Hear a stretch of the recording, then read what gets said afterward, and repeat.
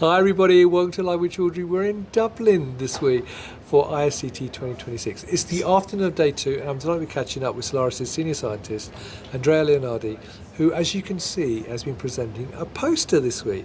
So we're going to learn more about that poster, but first we're going to learn about Cellares. But before we do any of that, how are you and how's the event gone? Thank you so much for asking. Yes, I'm wonderful. The event is great. I've attended lots of wonderful talks so far. Yesterday I got the chance to present our poster and there was lots of activity. It was busy the entire hour and a half. So I'm really excited and grateful to be here and that there's people who wanted to come by and learn about Cellares. Brilliant. So let's start with Cellares though. Who are you and what do you do? Yeah, so we are a cell therapy manufacturing IDMO. We have automated cell therapy, both manufacturing as well as the in-process and release analytics. Brilliant. So an integrated development and manufacturing organisation. That's correct. Brilliant. Now, tell us more about the poster. So what is the poster about? So our poster is showing, demonstrating end-to-end automation of CAR T therapy manufacturing and release testing using 2 different indications of patient material. All right. So can you talk me through it? Yeah, absolutely. So we've demonstrated at this point with over 1,000 runs that we can successfully manufacture CAR T products using healthy donor material. Yep. On behalf of our clients, we've also executed some patient material runs, but we're not able to share that data, so we wanted to source some material so that we can really show how both our platforms are able to be stress tested with more challenging materials and still produce robust doses of cell therapy drug products. Sure. So what are some of the highlights on the poster then? Yeah, so maybe just to highlight the process briefly, so we sourced either PBMCs or apheresis material as it was available, put this in our consumable cartridge, which is what we call our factory in a box, and then everything through harvest was executed on the cell shuttle, including PBMC enrichment, magnetic selection, activation, LVV transduction, both static and perfusion enabled expansion, and then the cells came out in harvest buffer, and at that point we just manually added cryoprotectant to limit the cryoprotectant contact time, filled into bags, and cryopreserved. Then on the analytics side, the cell queue is able to thaw the QC cryo vials, prepare the reagent, sample, and assay, and execute the assay and also do the analysis for select assays. Brilliant. So if we kind of zoom out just a little bit, so maybe in the interest of time, I'll just share with you the non-Hodgkin's lymphoma results. We do also have follicular lymphoma patient material that we run just to show another indication, but the results are similar, so maybe I'll just focus on this one. Sure. So compared to healthy donors, these patients had very low percent T cells. If we kind of average this out, this equals to less than 10 million T cells that were loaded into the cell shuttle for manufacturing. We did activation, transduced with LVV, and expanded these cells. And then by the end of expansion, if we look down here at this graph, we're able to hit 1.5 to about 3 billion cells, more than 3 billion cells, with a greater than 30% transduction efficiency. Right. So that equals, on average about 1 billion CAR T cells produced despite the challenging input. These cells were compared with manual methods and cell queue methods. The post-thaw viability was very good.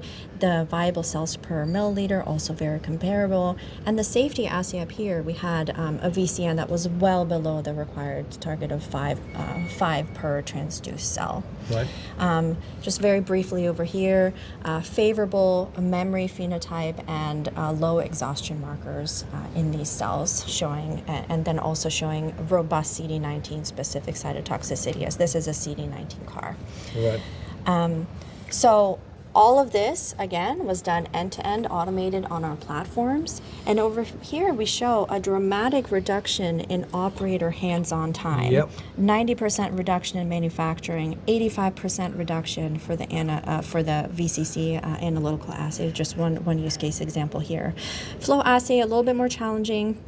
Here we see about a 35% reduction just because we have not yet automated the analysis, but that is a future state to where the flow assay will also show a reduction of similar, about 85 to 90% operator input. Brilliant.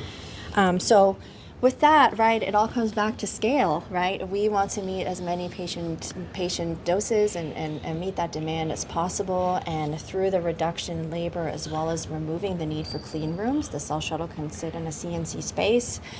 We are scaling globally. We're hoping to get as many doses to as many patients as possible. That's brilliant. Now, as an aside, viewers, we just by chance have this poster next to a Caballetto Bio poster. Now, the reason I'm mentioning that is that last week at Cell and Gene on the Med meeting in Rome, Cellares actually announced a 10-year manufacturing partnership with Caballetto Bio. So just out of interest, I know that's not your poster, but are they using any of your data on that Yes, poster? they actually are. Very exciting on that announcement, by the way. I did see yesterday, and I'm not going to do this poster justice because it's a really great poster, but just kind of going down here. So the data points from Cellares are over here in process C. This is the automated process.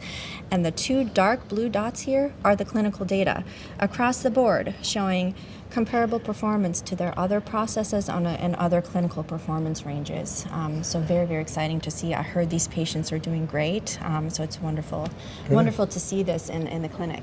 Fantastic. Now I've got one final question for you relating to Cellares. Obviously you've got great data, great product. What makes Cellares unique and different to other companies out there? Why should people work with Cellares?